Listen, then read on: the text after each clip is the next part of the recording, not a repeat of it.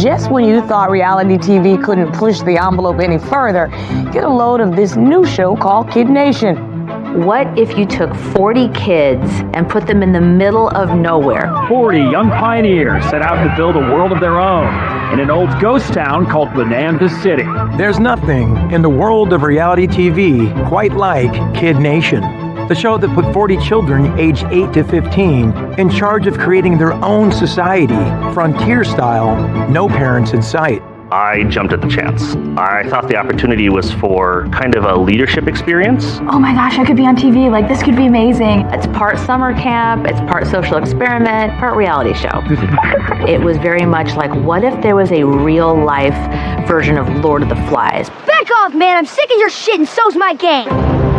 But a real life Lord of the Flies can only spell disaster. We've all decided to go mad. It was just a constant dread I felt. I felt I could get hurt. It's bleach, and I go into panic. I don't think the living conditions would have flown if a Child Protective Services inspector had shown up. We sent inspectors to the site to see exactly what was going on. This is a reality show, and where children are used to make money, I'm a little queasy.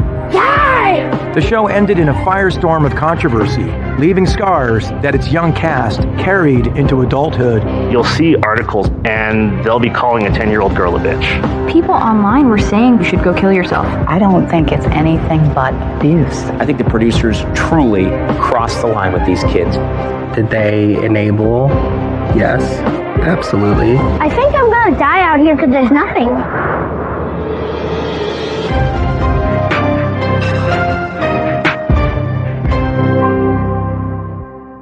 Oh, Okay, bring in the rats. Hang on, don't panic. They're biting me. Okay. In 2006, the landscape for reality TV programming was whatever you can think of, let's put it on TV. It was very experimental. We were always saying, well, what would happen if we did this? What would happen if we put these people through that? This was a period when reality TV had demonstrated itself to be a successful format. You didn't need scriptwriters and you didn't need professional actors. You could get people to agree to be on this show for almost nothing. I'm going to give you a 9.9 on the body. There's always room for improvement. Producers were looking everywhere to find new formats, new variants. And of course, inevitably, they were going to stumble across, how can we use kids in reality TV? Enter ambitious reality TV producer Tom Foreman with an idea for an unprecedented social experiment involving children. What we wanted to do was really test the next generation and see what sort of world they would build. Tom Foreman was most notably known for creating and executive producing Extreme Makeover Home Edition on ABC, which was this absolute smash hit.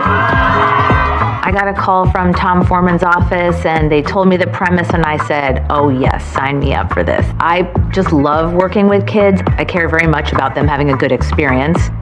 I figured that this would be a landmark show.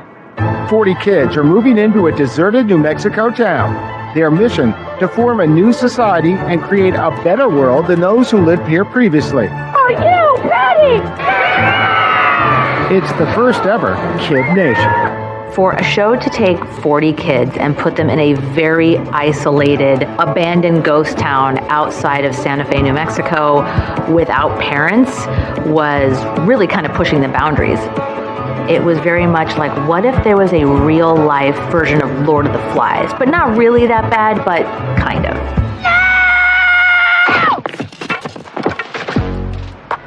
I think if you really look back at the time, we were coming out of the Iraq War. This is the great ideological struggle of the 21st century. There was a lot of division politically. So the notion was, could they create their own utopian society? Could they do it better than adults? Foreman and his team put out a nationwide casting call looking for America's best and brightest kids. They also have to convince their parents that the show will be exciting, life-enriching, but above all, safe. My parents were incredibly concerned about this whole thing up to and including like the day I left. The parents had to put huge trust in us as producers. We instilled in the parents that the kids were going to have abundant supervision. We had scores and scores of adults, professionals, medics. It was very clear that they weren't going to let us just die. I thought it was like one of those leadership camps you go to where you kind of compete. That's kind of the impression that I went forward with into the process. The concept for the show that they pitched to us isn't a bad idea for a kids show. A cute little summer camp show about kids, and it's cooperative and it's fun, and the kids learn and grow from it. So in my head, I think, okay, there's adults making food for these kids. There are beds for these kids. You know, it might not be home, but they get to be around all these super talented kids. You know, kids that were on Broadway or Carnegie Hall or spelling bee champions. It's so different than suburban Indianapolis. So I was excited about it. I was like, this will be a great experience for them.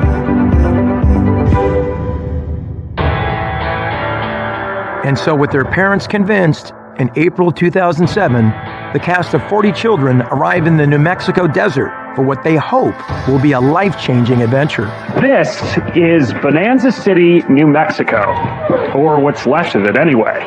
They won't see their families for the next 6 weeks. I'm not going to be with my parents, and I think I'm going to die out here because there's nothing. I was kind of into the acting scene, and at that point I feel like acting included just kind of anything. It was a little bit of just like a panic, just kind of looking around. I was like, wow, like everyone is bigger than me, older than me. At this point, I hadn't even had like a sleepover with like at like a friend's house. I'm Jimmy Flynn, and I was the youngest participant on Kid Nation. It's kind of hard to believe that I'm going to be living out here, but I'm going on this trip with my sister, Olivia. When we first got on the bus, it was chaos. There are cameramen in the aisles of this tiny little school bus, like asking you in your face with this giant camera, how are you feeling about being away from home for this long? I was a little apprehensive just because I was shy, but my sister was 8, and you know, for most 8-year-olds, it's, oh my gosh, I could be on TV, like this could be amazing. I'm Olivia Clower, and when I was 13 and my sister was 8, we were cast members on Kid Nation. Not the first rodeo here. I had been doing spelling bees since I was about 3 or 4 years old. And at 8, I became one of the youngest at the time, if not the youngest person to go to the National Spelling Bee. I'm Anjay, and when I was 12, I was cast on Kid Nation. Comfy chair. I started performing at 10 years old, and it just made me happy. I'm Daniel Kyrie, aka DK, and at 14 years old, I was a contestant on Kid Nation. In my head, I was like, I am going to be a star, and this is what it takes. This is what it takes to be a star. Come off the bus! Hey, everybody, gather up, pack it in. I'm Jonathan, nice to meet you guys. Guiding the kids, a relative newbie to the scene, Jonathan Karsh, who was tasked with playing host and camp counselor. My first impression was that he was just a fairly standard white guy, honestly. He was in his flannel shirt, standard hair, just looked like any other host of any other TV show I'd ever seen. Bonanza City is just a few miles down that fence line. Behind me are wagons filled with 40 days worth of Frontier supplies. That's when we learned how things like multiple takes worked. So, you know, Jonathan said the same phrase like 10 different times as we all stood there and baked in the heat.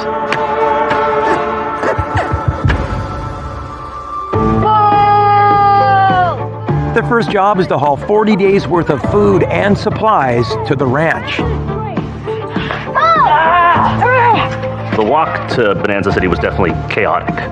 There wasn't like a proper, hey, let's meet everybody, I want to get to know who you are. It was just literally, all right, everybody start working. I don't think any of us were used to the heat and the dryness of the New Mexican desert. I was just a little 8-year-old boy, but like, not very strong. But I remember like just like at least have my hands on the wagon.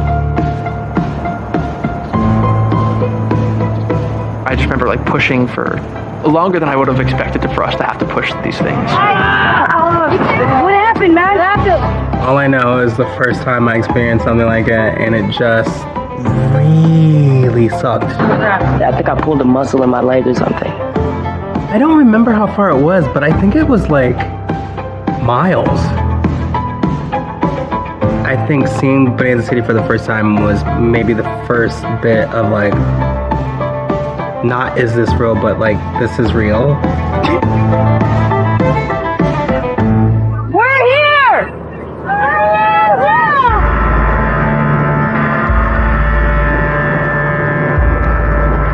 There's nothing here. It just looks like there was something, but now it's gone.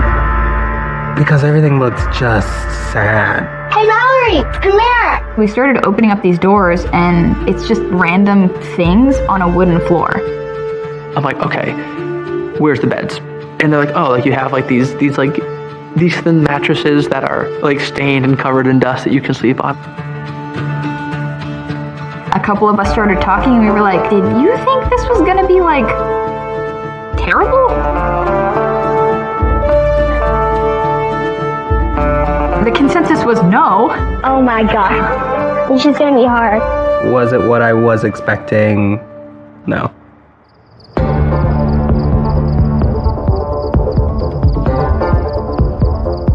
Away from their parents, many for the first time, the kids bed down, believing they're at a glorified summer camp. But the adults are focused on making television. It was very much a thing of having cameras rolling 24/7. I want to say that our days started around 7 a.m. We would film them waking up, rubbing their eyes, and then they would make their way out of the cabins, and we would say, okay, stop, now we're going to put a mic on you. Maybe it's time to get a little bit more organized. How does that sound? With cameras rolling on day 2, Jonathan Karsh explains Bonanza Creek Ranch's social hierarchy. One of the first things that the producers did was set up a kind of a class system that kind of mirrored how, the world's class system works. There's an upper class that didn't have to do anything and made a lot of money, all the way down to laborers who were paid the least and had to do the dirtiest jobs. We had to split you guys up into 4 different districts. Go to the red district, the blue district, the yellow district, green district. Let's get moving. Yeah! Each district has a leader chosen by production who sits on a town council. Their job is to maintain order and manage their limited resources. I could get used to this. Welcome, pioneers.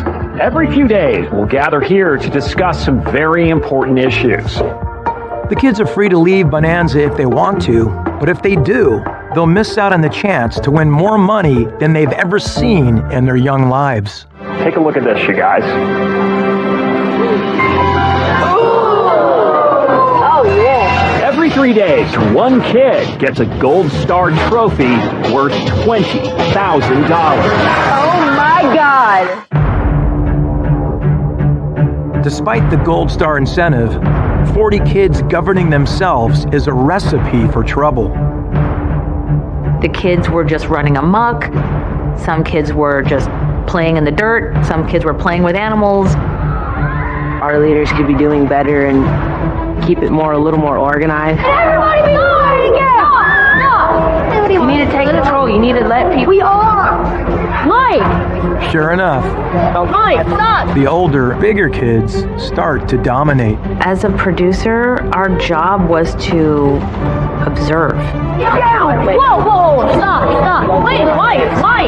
What relationships are developing and how can we follow that? There's obviously going to be some personality conflicts happening. Okay, great, let's just go follow it. Let's see what happens.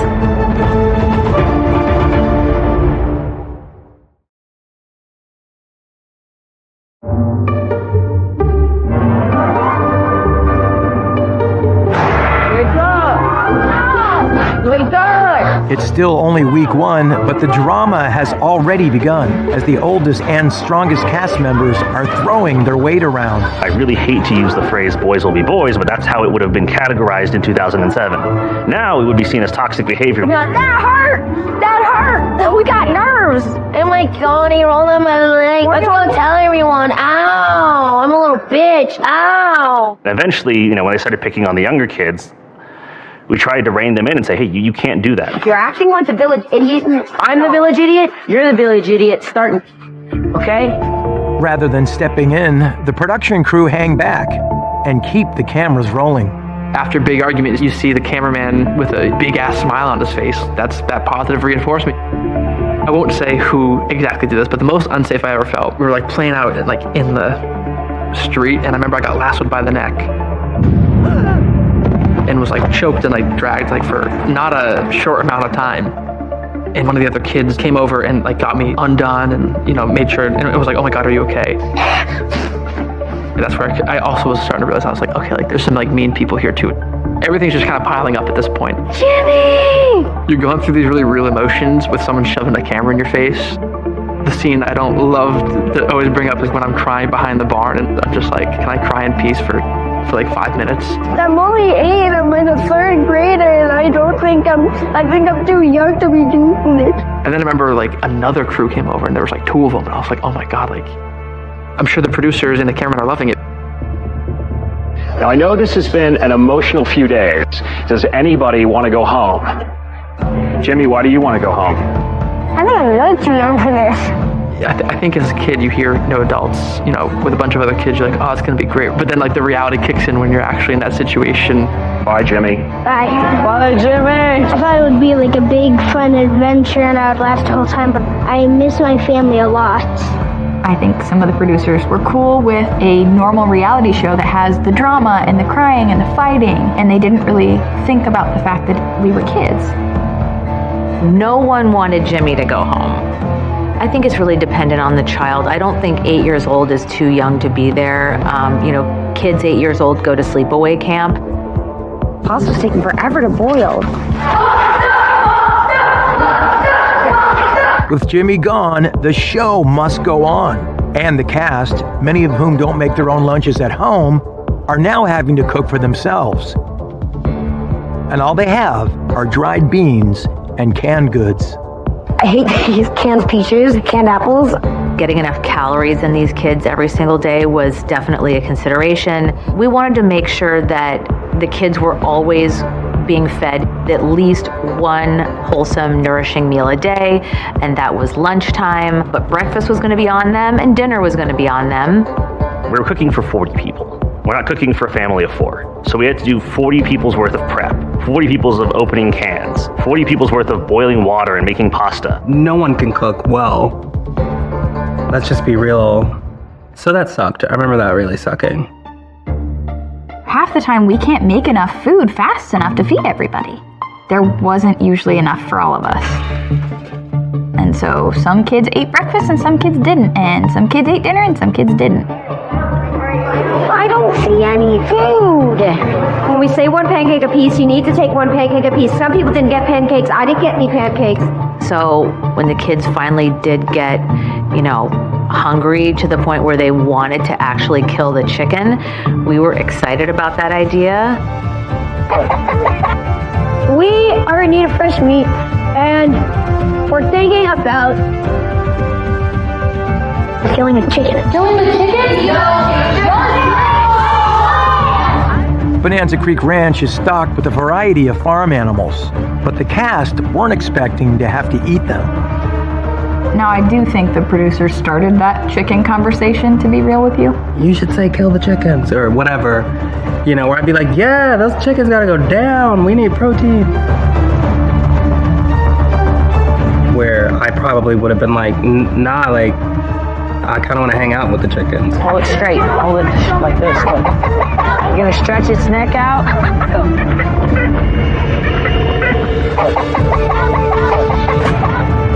I remember being told when you cut a chicken's head off, it'll still like run around and like do stuff. So part of me was like, I kind of want to see like what happens. And yeah, they do be moving and grooving. 2 weeks in, and Kid Nation's schedule is relentless. The kids are showing the strain. Feeling like you are living in a fish tank is not pleasant for anybody, but as a kid, it kind of makes you feel like you're crazy a little bit. Yay! It's under pressure like this that accidents can happen. What's that on your face? I got splattered in the face with oil, but a little grease won't stop me, Javad, she loved making fried potatoes. And I know that she had some grease splashes on her face. It was scary because it could have been worse. And honestly, I think we're pretty lucky that we didn't have someone accidentally put their hand in boiling water, or that people didn't accidentally cut themselves with a knife. Or chug bleach. Can't wait for you to talk to him about the bleach. Oh, I know. The infamous bleach drinking incident. I knew we'd come to this. Take me through it. What happened? Early morning. We're in charge of the saloon. We're gonna get in there and we're gonna start our morning off right. I just grab this like sort of faintly yellow liquid. It's giving citrus, it's giving lemon, like it's giving fresh. Unbeknownst to us, the crew would have to sanitize certain areas where we ate and drank, and they put bleach in bottles that looked like soda. And I just unhinge my jaw, and it's like gulp, it's gulp, it's gulp. And then a burning and fumes. The fumes that kind of rise up, it chokes off your oxygen, so you can't breathe. Somebody grabs the bottle and she smells it and she's like, it's bleach. And I just like take off running. That's where all the adults are. DK is treated by the on-set paramedics. Who leaves bleach in a bottle that looks like it's supposed to be something that you drink around children? What are you doing? He misses the rest of the day's filming, but recovers, escaping a more serious injury.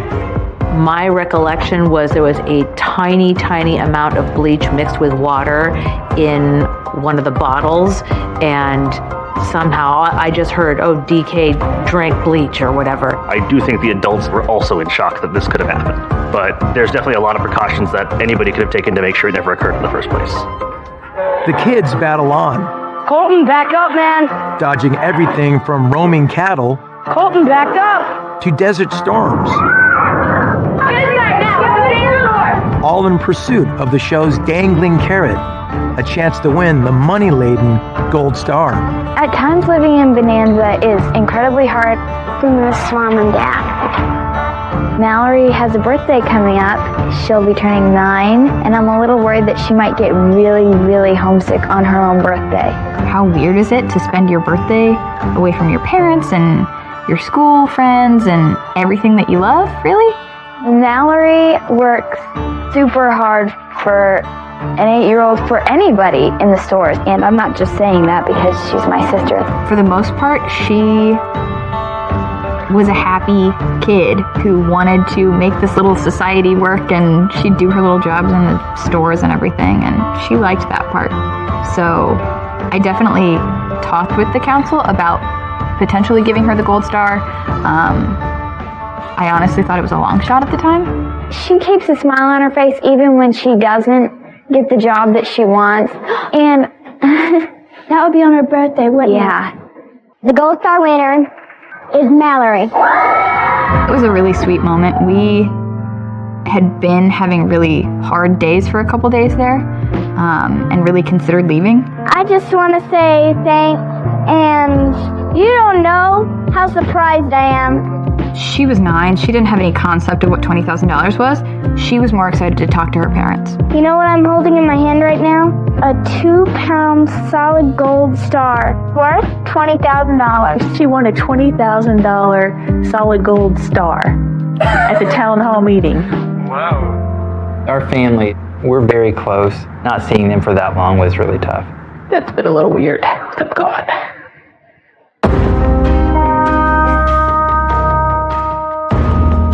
The Gold Stars are a helpful diversion, but they can't forever distract from the ranch's living conditions, which are becoming grimmer by the day. Town trash bin here. I don't think it's even safe to breathe in. Wood and debris, and then we've got spoiled food that's just piling up. Stinks. As time went on, the living conditions in Bonanza City, it was the cooking and cleaning that really got us. These dishes are disgusting. People are going to get sick. People are not going to eat off of this. The water's like black. The dishes didn't get done but once every few days, because dishes were just the bane of everybody's existence. Of course, there's no dishwasher, and there were a lot of days where we just kind of ate out of our hands because it was filthy. I don't think they would have flown if a Child Protective Services inspector had shown. We sent inspectors to the site to see what exactly was going on. Shit.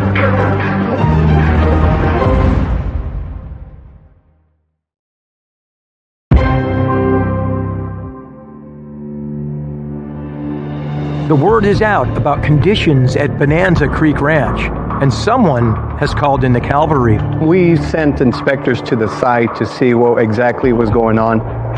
An anonymous complaint has been made to New Mexico state officials.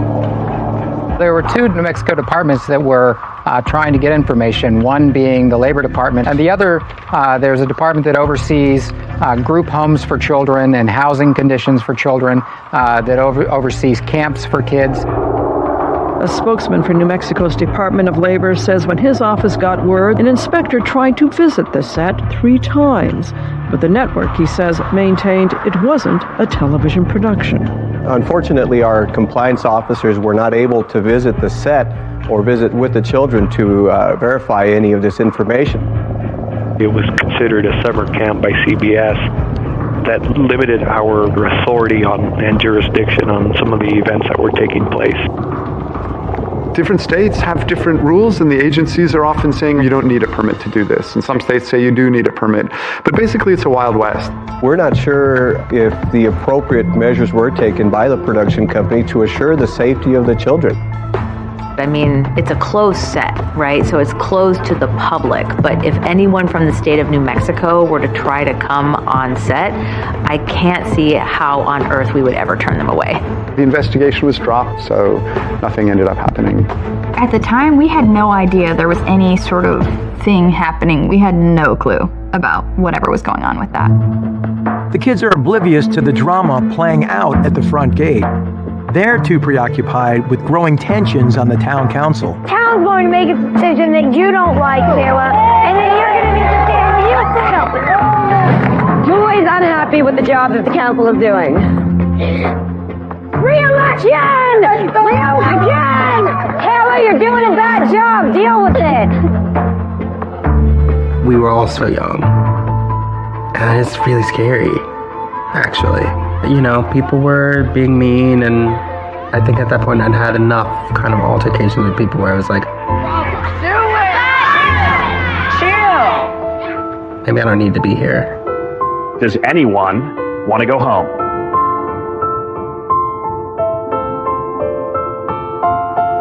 I want to go home. DK, you want to go home? I gotta ask, why? I want to go home to people who I can be with without having to deal with all this drama. I'm sick of it. I want to go home. Yeah, I wanted to go home. I wanted to be comfortable. I wanted to know that people liked me. It's frustrating. It's real frustrating. It felt like I was in it alone. It felt like I was the only one who wanted to help this out. You're one of my best friends here. You know that I can't stop you from leaving, but I'm going to try my very best to convince you that we really need you here. You don't understand. You don't understand. I'm sick of it. I'm tired of it.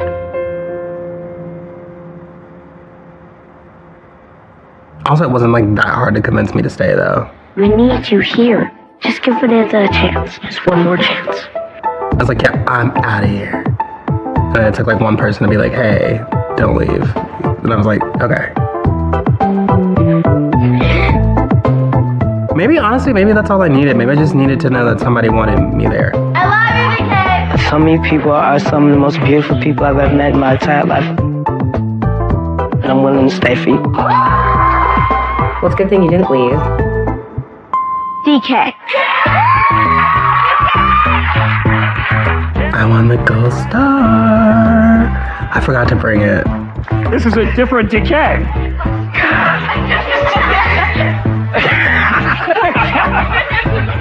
There was a rumor going around town that we should all get together and figure out who in the real world actually needed the money for the gold stars. And they'd say, no, you're not. You are not going to do that. They would always tell us, we want to see what kind of world the kids would make. But that's not really how it was.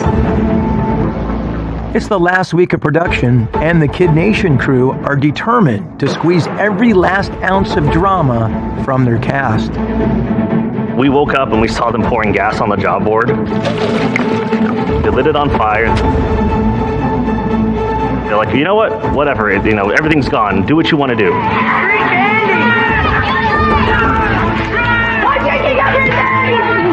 Take it as much as I can. We pretty much decided that there are no rules at all. The producers kind of came to us and said, okay, you guys are leaving Bonanza soon, like, go take whatever you want from all the stores, because we're just going to get rid of it if you don't take it. And then a producer comes up to me and is like, Olivia, what's going on? Why are all the kids looting the stores and rioting? And I'm like, you guys told us to do this. And they're like, stop saying that. And so I sarcastically say to them, oh, decided to go mad! And they used that piece, just not sarcastically.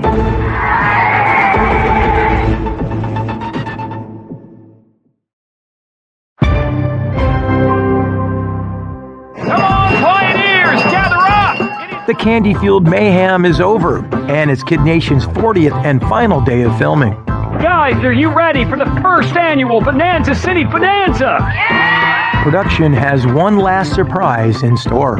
And you know what will make it even more special? Special guests. What? That you haven't seen in 39 days. I got to know these kids so well, and I could only imagine the excitement the kids would be feeling and just how the parents must be feeling. You know how as a kid, you kind of memorize your parents' expressions? They weren't happy with how I looked. We were shocked when we saw them for the first time because Mallory's face was dirty and her hair was all nappy and she was all dirty, and it was somewhat jarring. And then we walked by the kitchen and there's just these piles of nasty, dirty dishes that had been there for I don't know how long. And I felt sick at my stomach. Are you telling us where you've been sleeping? Yeah. All right. I'll show you where. Mom, don't freak out. Mommy, this is my sleeping bag! You see our parents' faces as they see what we've been doing the last 40 days, and they're just like, this doesn't seem right. Why are these children don't have beds? Chicken fever from the chickens we chopped up. My mom, she was just kind of like, okay. It's not too bad in here. Okay, don't let nobody come in. I know. Ew. City slicker. I think the parents were obviously surprised seeing the extremely rustic nature of Bonanza, but it never felt inhumane. It never felt cruel. My wife was a social worker at the time. Her job is to protect children. So she understands what kids in crisis look like, and I think she realized that unbeknownst to us, our kids were put in that situation. And she couldn't believe it. Just when you thought reality TV couldn't push the envelope any further, get a load of this new show called Kid Nation. Even before the show airs, news reports start to emerge, condemning the production and its exploitation of the school-aged cast. CBS is facing growing scrutiny amid claims that children as young as 8 years old were overworked, even injured during filming of the series Kid Nation. This is a reality show, and where children are used to make money, I'm a little queasy. Adding fuel to the fire, Kid Nation's 22-page contract is leaked. The children's parents signed a contract giving the producers full permission to oversee the physical, emotional, and mental well-being of children as young as 8. They told us this was a standard contract that they sent to all the people that were on their reality TV shows. You're basically told you sign it or your kid's not on the show. This thing really is kind of a fantasy wish list of everything you'd want as a television production company doing this. I could keep you here all day with the interesting stuff in this. Extremes of heat and cold, dehydration, hypothermia. It's snowing! Oh gosh, I'm so cold. Like 85 degrees outside. There's just no reason to expose kids to that. You just keep them warm and you give them water. It's freezing. They always mention every single possible risk under the sun that could ever be conceived of, simply as a matter of disclosure. But there is one risk spelled out in the contract that was inconceivable to both the children and their parents. Hey, Natasha, how you doing? Hi, looking good. Yeah, Mama. In the contract, it says that CBS is not responsible if anybody gets pregnant or contracts an STD on the show. And again, I was 12. That's not really what you want to hear from people who are taking care of young people. The NBAs think the Gold Star will significantly increase their sex appeal. The whole point of being a kid is that you can't consent to a sexual relationship, but this agreement is trying to put it on the kid. The responsibility is on the kid to not have sex with an adult on the production. It's crazy because a minor can't consent to that. Wake up, everybody, wake up. It also gives permission for producers to film 24 hours a day, 7 days a week, a clause that would be illegal in most states. When we first started talking to the producers, they were telling us it was going to be filmed in California. And then sometime between there and when the filming started, it was moved to New Mexico. And they didn't tell the parents until really late. I don't know exactly why we were filmed in New Mexico. I mean, California's expensive. It's an expensive place to film anything. All the negative press about the kids being abused or taken advantage of is just really baseless.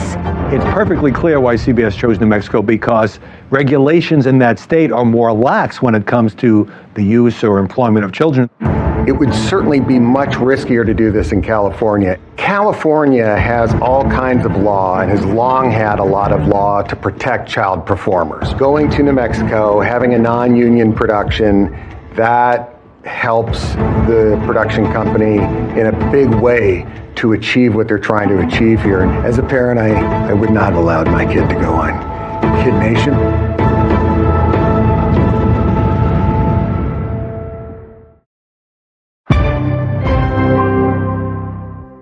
We turn now to another country, much in the news. A rogue state beholden to no laws, shrouded until recently in total mystery. I refer, of course, to Kid Nation. I heard about this idea. I thought it sounded kind of edgy. I watched Kid Nation. I have to say, in the episode that I saw, I think the producers truly crossed the line with these kids. I don't think it's anything but abuse. I think it's exploitation of kids. The negative publicity surrounding Kid Nation is still rumbling when CBS airs the first episode in September 2007. All the crew, all the staff, everyone got together and watched the premiere. And I just remember just feeling this pride that we had created something so groundbreaking and so special. Jimmy, you're a little quiet over here. How's this on you? You're only 8 years old. Are you missing your parents? Yeah. I didn't want anyone to see it. I was so scared of people seeing it and treating me differently mainly because I cried on national television. The Kid Nation experience did not help augment my dreams of becoming an actor in any way, shape, or form. I experienced a decent amount of bullying from it, being called pussy and oh, you're a bitch for leaving this early, and that was something that really affected me. You start to feel like you have to adapt to these labels that are being put on you because of something you did when you were 8 years old. They came to me after some of these episodes aired and they're like, why are you acting like that? We did not raise you this way. What is going on? Please leave me alone right now. I need to think. Especially the episode with the fight with Anjay. Bye. You see me getting annoyed pretty regularly. Make us feel better. Or sit there and scratch your head. I think it's time for NJ to move out of the council. Today I lost one amount of support I had. I can't do anything more. Really, what I'm the most annoyed with in that entire episode is the producers will not leave me alone. I don't think there was ever the intention of demonizing any of the kids. The truth is that If someone is acting a certain way 90% of the time when the camera is rolling, it's kind of hard to mine for something else. I hadn't really watched a lot of reality TV as a kid, so I didn't really understand how they would kind of put a story together, or that they could like edit things and put them out of order. It sucked. I'm not gonna lie. You made an awesome speech that day, and I will respect your opinions in the future. I don't believe you. The goal is entertainment, right? The goal is not accuracy. The goal is not some kind of fair representation of who you are. The goal is to create an entertaining persona, and then to put that out and say that that's real, that that's who you are. Slow down! Whoa, stop! Wait, Mike! You want me to take so don't take mine? The production companies and their CEOs involved with our show, did they enable? For sure. Yes, absolutely. Did they even think about what that would do to any of us? No, they're turning out a product and making money. We did feel pretty betrayed by them. I mean, they were sending us their baby pictures of their kids. And their Christmas cards. There was a particular producer who would try to make you cry. He did an interview with that producer, and they asked him if he had any regrets about the show, and he said, no. He said, I'm good at what I do. Whew. Okay, dude. Yep. I'm glad I didn't know that. I'm glad I didn't know that when I saw him. I'm very protective. Me too. I prefer if you're not in prison. I'm like, dude, you're going after an 8-year-old? The outrage condemns Kid Nation to cancellation after only one season. Andre, I think you're a better leader than Olivia. Please don't talk about living when I have this in my hand, please. But the fallout doesn't end there. Whenever I do an interview, I say, please stop sending Olivia hate mail. Like, even to this day, she'll get DMs that are like, why are you such a terrible person to Anjay? And I'm like, that was 15 years ago. We were children. We've grown up. I was in maybe late high school by the time that I read what people were saying about me online. Things like, Olivia, you should go kill yourself. You are a horrible, racist, awful person. Some part of me kept scrolling because I wanted to see somebody say no. I wanted to see somebody say, like, she was trying to say this or whatever. It wasn't there. Despite being dark and deeply problematic, there's no doubting the life-changing impact Kid Nation had on perhaps the youngest cast to ever take part in a reality TV show. I star on a show called Chicago Fire, and my character is an openly queer black firefighter. Lil DK would be like jaw-dropped if he like kind of knew that, like, hey, that thing that you were imagining when you signed up for Kid Nation, you're doing it now. My life as an adult now, it's good overall. I'm in medical school, which I enjoy a ton. In terms of Kid Nation, I lived it and I survived it, but, you know, it did cost me some stuff, right? You know, there's consequences. This is something you don't do and then you forget about. This is something that follows you up to 20 years afterwards almost. Andre's a good kid. He's quite Today, I live in Seattle. I work in tech, and I'm definitely proud of what I did. I may not be proud of the way it was portrayed, and I may not have liked all of it, but I am proud of the effort that I put in. As the show was airing, I get an email from Olivia, and this was a woman who I never wanted to talk to again the rest of my life. And she says, hey, I'm sorry for how I treated you, and we've been friends ever since. I don't know who I would be if I hadn't gone on the show. It was such a formative experience for me. It made me more resilient. It made me tougher, but it also made me less trusting. I had to learn some really hard lessons kind of young. So I don't know who I would be if I hadn't gone on the show.